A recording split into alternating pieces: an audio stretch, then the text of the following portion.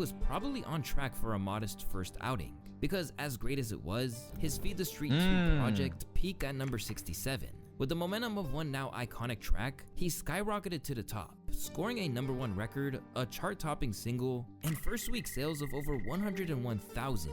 And it didn't stop there. His streams stayed strong for months. Considering how much success he had at a time when new stars were few and far between, all eyes were basically on Roddy. And How did Soulja Boy have the biggest flop? The nigga literally just he's old. His music just died out. Does that sound like what? this was something he was acutely aware of, if not a little. I did not know that, Flo. I did not know that.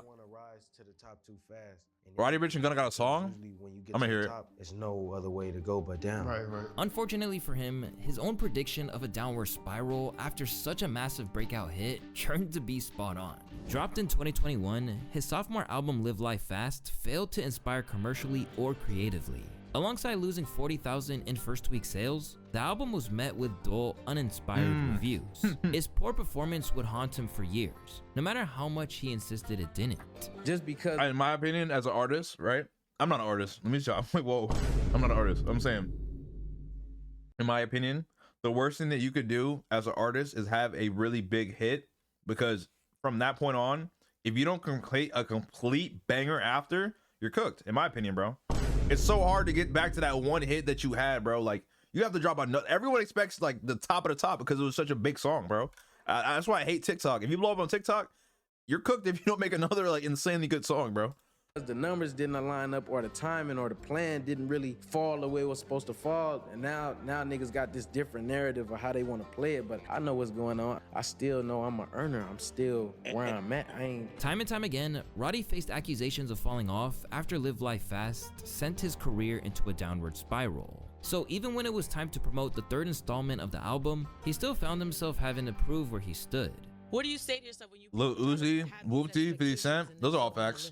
You know, I mean, that's on them. I feel like I've Bro said, who's Roddy Ricch? Yo, Omni, if you're still here, bro, Roddy Ricch is a artist who has a pretty good, he has a couple good, like big songs, but like he kind of fell off because he had like a lot of momentum and then died really fast because he underperformed what people expected from him. And it happens when you have a really big hit single. That's what things that sucks about blowing up though, low key. Because I could have like a really big video, and if like I don't make something that's good or something similar, it's really easy to go right back down where you started from. just been having a great career in rap. You know what I'm saying? No, facts, Rayhan. I agree with you, bro. Facts. Or actually, What's good, Rayhan? What's good, Brady?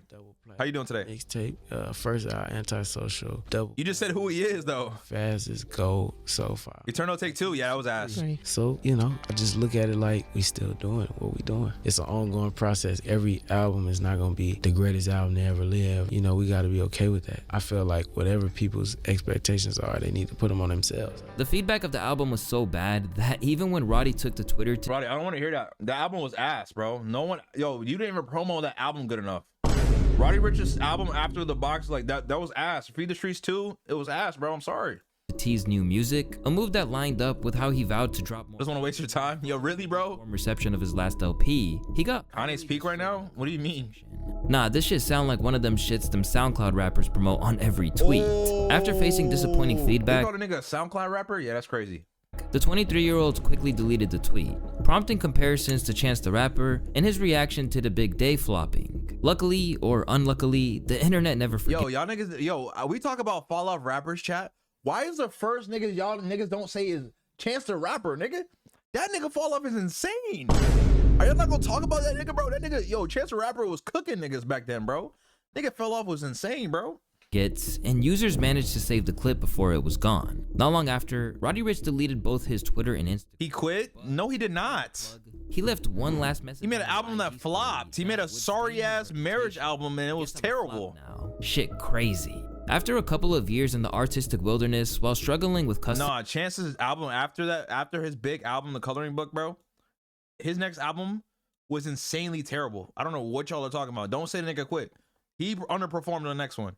This nigga Lil Mabu, bro. Issues, Roddy now looks to be showing signs of recovery. As a fellow Compton MC, Roddy returns from Paris Fashion Week just to show up for Kendrick's now legendary Ken and Friends pop-out show. A move that earned him a wave of goodwill from the public, something that he hadn't felt since the peak of his career. I had talked to Doc. I'm like, man, I spent a lot of money in Paris already. He like, I get it. If you gotta do what you gotta do. And I sat on it for a couple of days. I'm like, man, I can't miss this. I'm like, I can't miss this. Respect for Roddy for dropping Pop Out. I know Paris is probably a big deal for his comeback, but being a part of history and culture is something no amount of money can buy.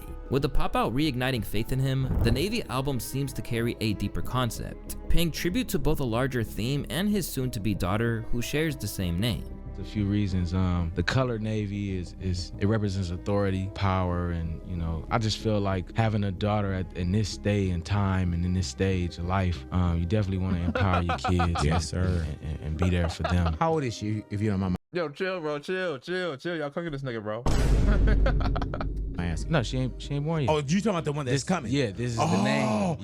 Wait, bro. So the baby that's not here, you already got so that's power in the name already. Yeah, then. Navy. Oh, okay. The world just accepting that, and Navy's coming, the Navy era.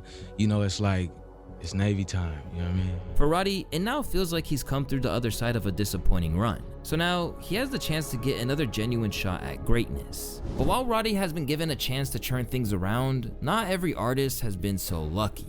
And in the case of Lil Uzi Vert, his continued spiral into a slump meant that things just kept getting worse. Back in his initial run, there was no one who captivated the modern hip-hop audience like Lil Uzi. A self-styled rock star from Philly, Uzi's unique swagger and ear for melodic flows meant that everything he touched would promptly become a hit. And after 2017's Love Is Rage 2 made him a real driving force in the scene, disputes between Uzi and his label generation. Bro, we need Love Is Rage 3 at this point, bro. I ain't gonna keep it about though.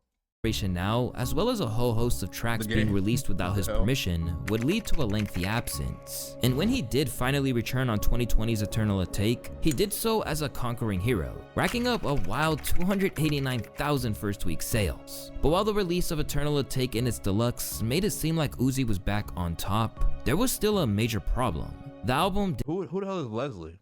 didn't fulfill him at all. He Lil Pump admitted that most of the original project had leaked, forcing him to redo it. In his eyes, the final version didn't reflect his true artistry. Instead, it felt watered down to appeal to the masses. Yeah, I don't like the fact they leak niggas' music. That is so lame. I hate that, bro. Imagine spending 4 hours to make a song and then spend over like literally 40 plus hours, 100 hours to do something, bro. Imagine spending over 100 hours working on an album just for a nigga to leak your whole thing. I'll be so mad as an artist. I wouldn't even want to make music no more. Leaving him unsatisfied with the end result. Following a joint project with Future, Uzi began teasing the Pink Tape, which was subject to another. Did y'all like this album? I didn't listen to this album much. Was Pink Tape good, chat? I heard this one was ass. The one with Future was ass, chat. Baby Pluto. Fast delay. And when asked why, it seemed like the issue was the rapper was way too in his head and had begun to internalize criticism. No, it's not. Then it dropped next week and it sounds like shit, and I gotta hear it, well, not from you, but then I gotta hear it from like 100,000 people on the internet. This sucks. So you gotta let me take my time. It's not gonna suck. But I'm taking my time, so it won't suck. When it finally dropped in 2023, the sales were solid, but that wasn't the real problem. Cause while people were still listening, it was the older tracks that got the most attention. Fans felt the project suffered from inconsistency, with his attempts to juggle multiple sounds at once ultimately working against it. But it has a bit of a darker and more aggressive tone to it. That's what I like about the record as well. And but then you find out that song was made in 2017 and it was only touched up in 2022. That you could tell it comes from 2017, but I'm gonna take that. Once again, the mixed reviews meant that in the aftermath of its release, Uzi's self-confidence was knocked. But in October of 2023, he issued a stern warning, teamed with an explanation of why his music wasn't hitting the same, saying, "By the way, my music was cooking these niggas in the video. I'm dead, bro. Hitting the same because I didn't go through shit. I recently went through something. Y'all rappers that be saying my name, just be ready. I don't know what y'all think changed. The Bumback season." But despite Uzi insisting that he was about to kill it, it turned out to make little difference. In the lead up to the album's release, Uzi thought he nailed it, even explaining that he regretted shelving so many tracks previously, while claiming that revamping his fashion sense had made all the difference. This is actually one of the fastest back-to-back drops between Pink Tape and Eternal Atake 2 that I ever did. Which people should notice that I feel like I'm like the shit again. And I never not felt like I wasn't the shit, but I just got that I got like a little second win. I don't know what it is. Where did it come from, you think? I just switched out my closet like not too long ago. Seriously. Dress better, feel better. Yeah, and it's like it just made me a different. I was And I probably was just dressing trash for a while. I don't think you've ever dressed trash though. Sometimes it comes with the territory. But the end result was that the album was his first album ever to not reach #1. Plus, it didn't really resonate with That's the first time Uzi never get hit #1. The album wasn't good though. I mean, I agree. The album was literally not good. fans, with Uzi's approach no longer capturing attention as it once did. Pretty much after spinning this None of those songs are still in rotation, bro. project, I came away from it thinking, what was even the point? It's hardly catchy, it's not really all that memorable, it's not aesthetically defining in any way, it's not really seeing Uzi Vert travel into any new or exciting territory. There are a load of tracks on this thing that are so sloppily executed that they're just, again, totally unlistenable. It's almost like Lil Uzi Vert forgot how to rap or sing or make music. Yo, Jaden, you dead ass nigga? Cuts here. Really, the only purpose this record actually serves is to remind us how much better Lil Uzi Vert was like 4 years ago. Coupled with poor reviews, it only sold 59,000, a staggering drop of over 200,000 from its predecessor. And while it likely took Uzi by surprise, even his own fans believe that the lack of faith in him from audiences is the result of being disappointed time and time again. This isn't exactly the beginning. I know who You Know Miles is, bro. People thought EA, Lil Uzi vs. the World 2, and Pluto X Baby Pluto did not live up to expectations. Then Red Plus White did not sell enough, even though it was received well by fans and critics. And then Pink Tape, some people hate and call it bloated. So this is kinda like the straw that broke the camel's back. In Uzi's case, the continual mishaps have threatened to do reputational damage. But sometimes, a slip-up takes on a different form in that even though the rapper in question is a historic figure in the culture, a project that should have been great turns out to be a blotch on their record. This is certainly the case for Nasir, the Kanye West produced Nas album from 2018. Now it's no secret that many things change on a daily basis. I didn't listen to this. Were there any old heads in the chat, bro? Within the mind of Kanye. However, one thing that doesn't really switch up is the man that he deems to be the best MC of all time. Is Kanye wearing a freaking shiesty, my nigga? Why is Kanye wearing a shiesty, chat? Have y'all ever seen Kanye in a shiesty? Why is nigga wearing this, bro? Because when it comes to that question, it's all about one legendary I didn't know who that was. spitter from Queensbridge. Well, it's Nas because Nas is my favorite rapper, because it's Nas. What do you mean? It's Nas. Nas is Nas. He's like ordained in our video game to be the best rapper and considered to be the best. You know what I mean? It's Nas. His name is synonymous with greatest rap. You know what I'm saying? After collaborating a couple of times over the years, the arrival of a full-length Ye and Nas project wasn't necessarily on the cards. But after the legendary producer tweeted Obama I'ma do beats on Nas's next album, Ye's power of manifestation kicked in, and suddenly a 6-year hiatus was over. As part of the iconic Good Music summer lineup, where Ye dropped 5 7-track albums for artists on his roster, there were high hopes for his all-star team-up, especially— Yo, for the Kanye fans, I want you guys to list all of these. What are all of these, chat? The real Kanye fans, what are all of these, chat? Everybody name them. Ready? 10 seconds. 10, 9, 8. after standout projects like Daytona and Kids See Ghosts, but it ultimately fell short of expectations. Unfortunately, like many of the projects— Oh, Violent Crimes? I don't think that's the name of the album, though. Summer, this thing is not flames from start to finish. After Cop Shot the Kid, I wouldn't say the album takes a nosedive, but it— Hope you get better, Rudy. I'm sorry to hear that, buddy.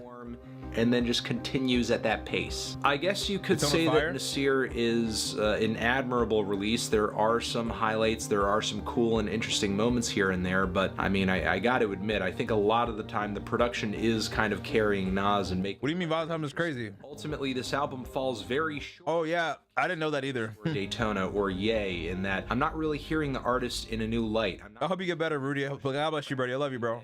Or do it better than they've ever done it before. In actuality, Nasir is just kind of so-so. It's just mediocrity. Dropping from number 5 to number 36. I swear that nigga Anthony Fantano, what album has the nigga ever said it was good, bro? Nigga stay dick riding, bro. In the space of a week, the initial— Oh, the name of the song, but not the album. Those are albums, dog. That's what he said that. I think the name of the album is Ye. Didn't really seem satisfied with the end result, even going as far as to say that it was basically rushed. I don't know what went wrong. I would— Oh yeah, that's insane. You're right. To work more with him. We spent some time there, but I mean, I think Anthony Fantano just has a good rap, but just pissing off rappers, bro, because he has so much influence. Finished. He was working on a lot. He had Cudi, Tiana Taylor. He had his album. I was the only one coming in starting fresh. So I got the less time with him. You know, we really did that album that week that it was supposed to come out. I definitely wanted to work with him a lot more than we did. But as expected, Ye didn't see it that way at all. Instead claiming it was a superior project that he was happy to play a small role in. To do Nas's album, this person made Illmatic. People was bugged out because they was like, you didn't give him a better album than you gave yourself. And it's like, he was one of my father figures. He was my brother. He was my stylist from a distance. How old is Nas, so when chat? I had an opportunity to make music for him, I'm gonna give it everything I got. My grandfather used to say, if you a janitor, be the best janitor that you can be. And what Not I me, like nigga. about I'ma slack off. producing has always been a service position. True to Kanye fashion, his perspective shifted over time. Producing's harder than rapping, or not, chat? Which y'all think is harder, being able to rap or being able to produce good music, good songs, bro? And he eventually churned his frustration Lyricism? towards the very artists he once supported, accusing them of being ungrateful. I feel like as an artist, bro, you have to have a good flow, good lyricism. I mean, your flow obviously being on beat, you know what I'm saying? Your style is obviously, you know, the way you rap. Your voice is so unique, bro. I feel like if you don't have a good voice to rap, it's just gonna sound so weird. Like, I don't think everybody can rap, bro. Your voice has to be like, it has to match whatever you're doing. Grateful for what he But had having a good engineer also helps too, so. given them during the Good Summer album run. Nas 51, old ass. Wanna Love You to fucking Tiana. What the fuck I'm doing giving that Daytona album to Pusha? What the fuck I'm doing, bro? That shit that shit was 3 dark fantasies that I gave away. Cop shot the kid, Nas rapping all goddamn offbeat on it. Don't even want to shoot a video. They shoot the video, don't even tell me. These motherfuckers don't appreciate me. All these motherfuckers is trying to use me. I'm the greatest artist living, and I can do everything, and I'm not being expanded, and my vision is not being expanded to what it is. I'm performing at other people's festivals. I've been wanting a fucking festival. After that, Nas found himself in a tough spot, but to be Timberland. fair, it seemed to ignite a fire in him. Because not long after, one of Ye's former proteges turned rivals, Hit Boy, would be credited with reviving Nas's career. Moki, you keep leaving. That's what happened when you leave, girl. Hit changed that. He was more Dolph? Yeah, rest in peace to Dolph, bro. I say, what do you think about this? Oh, that's fire. Say that. We have a conversation. He doesn't fit? We're talking about something. He go, oh nah. I can understand that. Sound like a bar. My mic is so Say sensitive, that. chat. It's an Like, OD, right bro. there. Say Let that. me see No, something. I like that. It kind of like pushed the confidence side. It was like there is no mistakes, and I'm overcritical, and I didn't have to do that. It wrote itself. It just came out. But it was a lot of it was Hit pushing me like. Because of that, Hit was getting the credit Ye liked, while Nas, even in his 50s, remained just as important to hip-hop as ever. But I just want to thank you, because obviously Nas has a lot to do with it, but just in terms of kind of, I don't know what it is about your relationship with Nas, but it has inspired him to release. We got Magic just as like a bonus last year, was fucking incredible. And that's what's motivational for me, and I would say him as well, is the fact that every time we drop a project, people are like, nah, this one better than the last one. So my thing is like, let's just keep leveling it up every time. And obviously Nas is who he is. Like he's cemented in his shit, and he just motivated to make the music. And it's just collaborations, we can see just Y'all how much niggas producers killing me, start bro. to rise when they get a chance to show how important they are to an artist's career. But it doesn't always go so smooth for those men behind the board. Y'all killing me, bro. Unfortunately for DJ Mustard, this would be something he had to find out the hard way. 5 years on from the release of the platinum-selling Perfect 10 back in 2019, it's fair to say that Mustard was no longer at the top of his. You While sent there was it. a time where he was inescapable, he hadn't been the top beatmaker in the game for a long time. In fact, without Roddy Ricch, he wouldn't have even made the upper reaches of the Billboard chart this decade. So after an extended period of sending Kendrick Lamar beats in hopes of getting their first real team up, Mustard was naturally ecstatic about K-Dot using one of the many instrumentals he'd sent his way to dismantle Drake on Not Like Us. And while producers like Alchemist kept pretty quiet about his role in Meet the Grams, Mustard truly welcomed the position as the man who made the bomb that K-Dot dropped on Drake. I'll never turn my back on the city, and I'm fully loaded. In fact, from there on out, he doubled down whenever he could on the Drake decision. Y'all don't think he's not a flop? I don't think I ever want to make a song with that dude, he said about Drake during an interview. He's a strange guy. After playing a crucial role at the pop out, the acclaimed producer clearly thought there was no better time to unleash a new solo album with Faith of a Mustard Seed. When talking about the album ahead of time, he revealed that its title was inspired by a departed West Coast hero. I remember like the last conversation I had with Nipsey, he was telling me to name that album Faith of a Mustard Seed, and I'm just like, wait, what? Like, I already got my title, I'm not switching my title. And we talked for like hours that night, and I always just kept it in the back of my head, and he was just like, well, if you don't name this one that, then you should name one of your albums. One, you gotta do an album called Faith of a Mustard Seed. And once again, he never shied away from the second wind that Not Like Us had given, because he knew it was a crucial crucial part of the buzz around the project. I knew I had this whole album, and I'm just like, okay, what am I gonna do to get myself back hot? What am I gonna do to, you know, I don't want to do drip checks no more. I did that already. I don't want to do the weight checks if I've done that already. I want to get as much as in shape as I can. But, you know, I was just like, what am I gonna do? How are we gonna spark for people to be like, oh, I want to hear Mustard again? take care, you know, man. that's just like, I think every artist. My album promotion. Yeah, there was my rollout, and that's all I needed. But no matter what the opening line of Not Like Us meant for his name recognition, it didn't translate to listeners of his new album in the way that he was probably hoping for. And despite features from Schoolboy Q, Travis Scott, Vince Staples, Wait, so this nigga dropped the album, nobody even knew about it until Mustard hit that boy. Yachty, Lil Durk, Kodak Black, and a whole host of other acclaimed figures, it only sold 18,000 first week. Damn. But while the reception itself was one thing, what didn't help was how Mustard handled it. Basically, he sent mixed messages, initially saying that he was beyond You knew about it? every unit. Soon, The he album just Mustard began lashing dropped? out and started making a whole You listened to his excuses album? for what went wrong. Only had 18,000 sales first week. I didn't even know Mustard dropped the album. Really?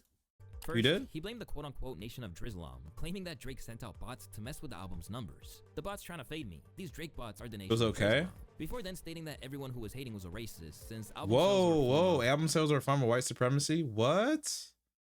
What is this guy talking about? a crash out to end all crash outs. Mustard should have What? just accepted the sales and kept it pushing.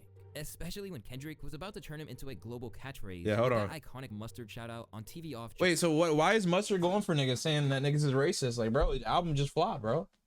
This album flopped. Just months later.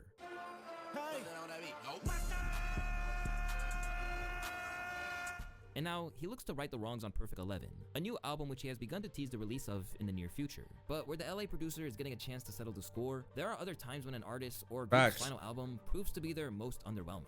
And when it came to the legendary Outkast, that was most certainly the case. Throughout the Oh. course of their iconic run, Outkast basically never put a foot wrong. From putting the world on notice with Southern playlistic Cadillac music, all the way through to That's California, old, though. California, and dropping the best I heard of selling them rap before, album of all but- time with Speakerbox / Love Below, they truly did excel every time they reemerged. It was a blessing to be successful that young. Like, I think our career is kind of interesting because since our very first album, we've gone platinum and just kept rising. Like, so next album was double, next 3, next 4. So it just kept rising. Led by the unparalleled chemistry of Big Boy and Andre 3000, the two bounced off each other perfectly to the point that many people consider them the greatest group of all time, and with good reason. But their story didn't end with their greatest commercial hit. Instead, it would conclude with the only real dud of their career, Idlewild.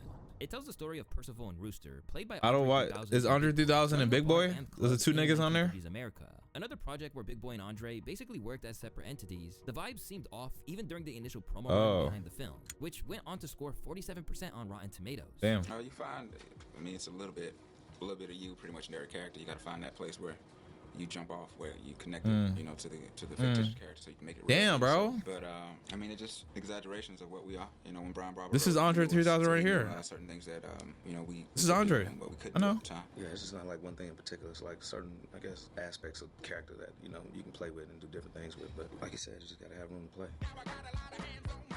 And at the end of the day, what do you hope does better, the film or the soundtrack? Well, they go hand in hand, so you most definitely hope they both do well. I mean, we've been in the music game since we like 17, 18 years old, so we're, you know, kind of used to that. I mean, the movie thing is something new to us, but you know, we try not to slack in either one. As for the soundtrack, Pitchfork's review at the time summed up the general feeling, describing it as bleak. The future of Outkast is either a breakup when Idlewild flops, or, if it is a success, a few more mixed bags. Now that they have made a movie that plays off the idea of their oil and water personalities and irreconcilable differences, it's starting to feel like a shtick, one that they're actively pimping.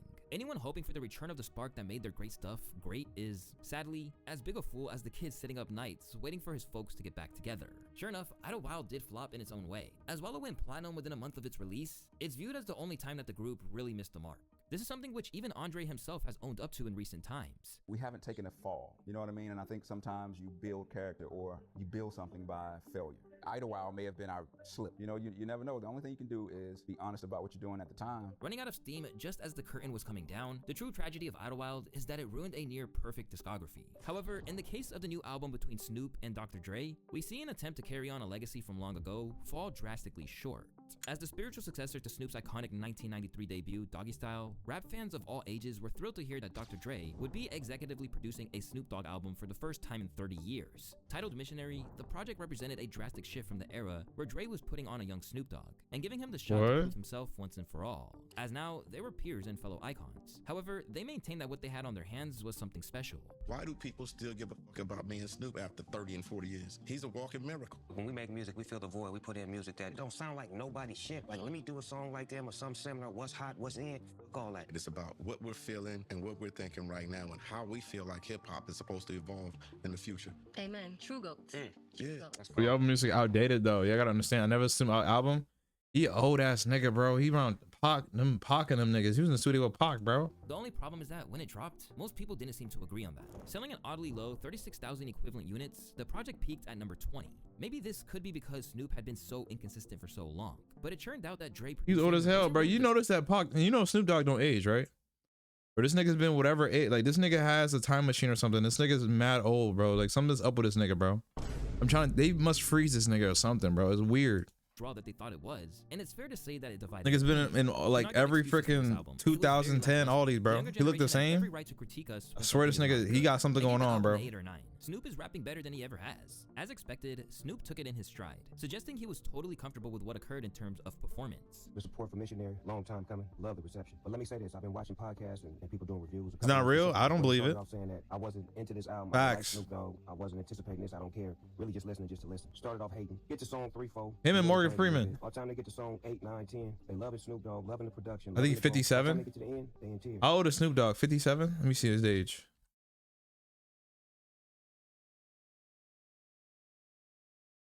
53. Nigga's 53 years old, bro. Yeah, all right. We'll see, bro. Was the emotion behind the body of work that me and Dr. Dre put together. Trying to show how to make a body of work a project. Well received. I love the hate and the love. That's why we do it. We do it because we love what we do. Thank y'all. Missionary in stores right now. But unfortunately, it seems condemned to be forgotten, as it's ultimately there if you want it, but hasn't really set the world alight. Honestly speaking, I'm not taking away a single one from my own rotation. But like I was saying, if you're a diehard Snoop fan and you want a new 2024 music to bump, there are good songs on here. Yes, I just feel like we're always very harsh with the replay value because that's like a subjective Who thing. are these? Who is this nigga? This fat nigga, bro. I could say about the replay value is that it's 16 songs. So at least like it's not overbloated, but realistically, you really want to look at this ratio, bro? Like the only thing you could even consider taking, at least for rotations, is Shangri-La, Out of the Blue, Hard Knocks. Gorgeous is good. Gorgeous is a really solid song. And then like, bro, but you're talking about 4 out of songs. Then 4 out of 16. Skyscrapers Facts. you could take out. Agree with you, Mocha. Never, Negotiator. I'd give this a mid rating. I think there's at least like 50% of this track list has decent or good tracks. And speaking of an artist still dropping to an increasingly muted response, look no further than DaBaby. Yeah, DaBaby definitely. Yeah, someone earlier said that. DaBaby. They were talking about DaBaby. That's facts. For a brief shining moment, this North Carolina rapper seemed to have the entire package. Yeah, that nigga DaBaby was like, when he was rolling, that nigga was rolling, bro. Prior to progress to megastar status. And I feel like he got so caught up in the fact that he wants to get back to that same peakness, but it's like, bro, music come and goes. You're never gonna get to that same mega, like, huge that you were, bro.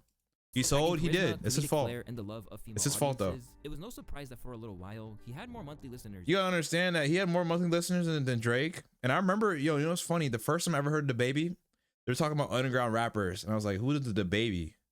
I was like, who the hell is this? And I was like, whoa, this is kind of hard. Cause he's going in on a freestyle. And I noticed his freestyles are better than some of his songs. I was like, but it got to the point where I was tired of hearing that, let's go.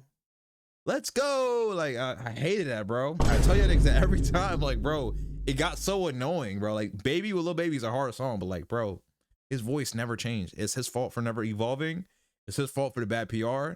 He literally, you know, the thing with DaBaby, though, in my opinion, where he sold, he talked about the alphabet people. That was a sell. He did that, and cancel culture was really real at that time.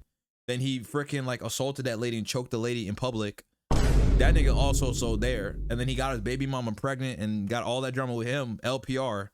That nigga, his PR was cooked. I don't know who that nigga's social media manager was or his PR team, but them niggas was not working good enough, bro, in my opinion. Than Drake. But in one of the biggest acts of self-sabotage that anyone has ever seen, DaBaby took the stage at Rolling Loud and essentially set his public image on fire with a series of ill-advised and discriminatory comments. You didn't show up today with HIV, AIDS, any of them deadly switch transmitted diseases that'll make you die in 2-3 weeks. Put your cell phone lighting it up. Lady, if your pussy smell like water, put your cell phone lighting it up. Fellas, lights up. Fellas, if you ain't sucking nigga dick in the parking lot, put your cell phone lights up. Immediately, the internet exploded. Yeah, you're selling, bro. You have so many fans that are probably like, come on, you're selling, bro. Taking You the heard what he task said? Exactly. And he lost hella fans for that. He's slow. by Elton John, kicked from $1 million Boohoo clothing deal, and relieved of his spot on Dua Lipa's Levitating that had just interested him to a whole new audience, DaBaby had really messed up. But initially, you couldn't tell him that. And he basically tried to shoot himself some bail by suggesting everyone was just being oversensitive. This one time I'm gonna get back to giving my love to my fans. That's what I'm saying, because what me and my fans do at the live show, it don't concern you. It's not y'all business. What I do at a live show is for the audience at the live show. It'll never translate correctly to somebody looking at a little 5-6 second clip on their phone. It just don't work like that. After that failed, nah, bro, you said what you said, gang. I don't even think you can really go over that clip. You need your PR team to give you a better response than that, bro. You gotta put you a little Travis. Oh, you gotta put me a Travis or something, gang. Even though niggas still troll Travis about it. I ain't gonna lie. he issued a series of apologies, but none really did much to help his This is the PR team, I think. They try to do that.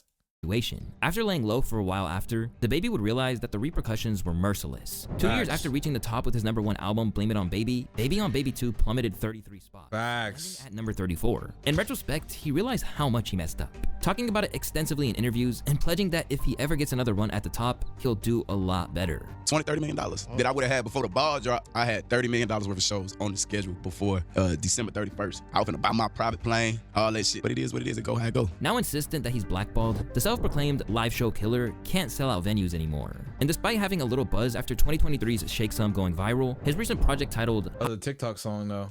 How the F Is This a Mixtape sold just 9K units first week. 9K? Damn. That nigga DaBaby fell off was crazy, bro. 9K? In DaBaby's case, there is didn't Ice Spice have like more than that, like 60K? Didn't Netspin have more than that? You let this nigga Netspin, yo, if you let Netspin have more sales than you, was kind of crazy, bro. I ain't gonna lie. Netspin had 13K, bro. A very clear explanation behind where it all went wrong. But for others, it's a little harder to quantify exactly what the problem is or what caused the flop. And in the case of Big Sean, he's experiencing that with the new album he just dropped. A stalwart of the game since the mid-2000s, Detroit's own Big Sean. Yeah, he a little thug, bro, but hey, if you ever mess with him, he gonna get you pregnant and leave you. I'm like Cardi, bro. You mess up, nigga. Never really damaged his career all that much. For starters, there was a time not too long ago where he was considered to be in the same league as Kendrick, Cole, and Drake. But nah, Big Sean definitely had a grip on the game for a little bit though, but like I ain't really hear nothing. I don't think he ever had like a solid album though. Like I don't know, did he ever have a good album? Much like any other. I remember I don't want you. I'm just saying, Mogan, them type of niggas, bro. Yeah, you see it clear cut.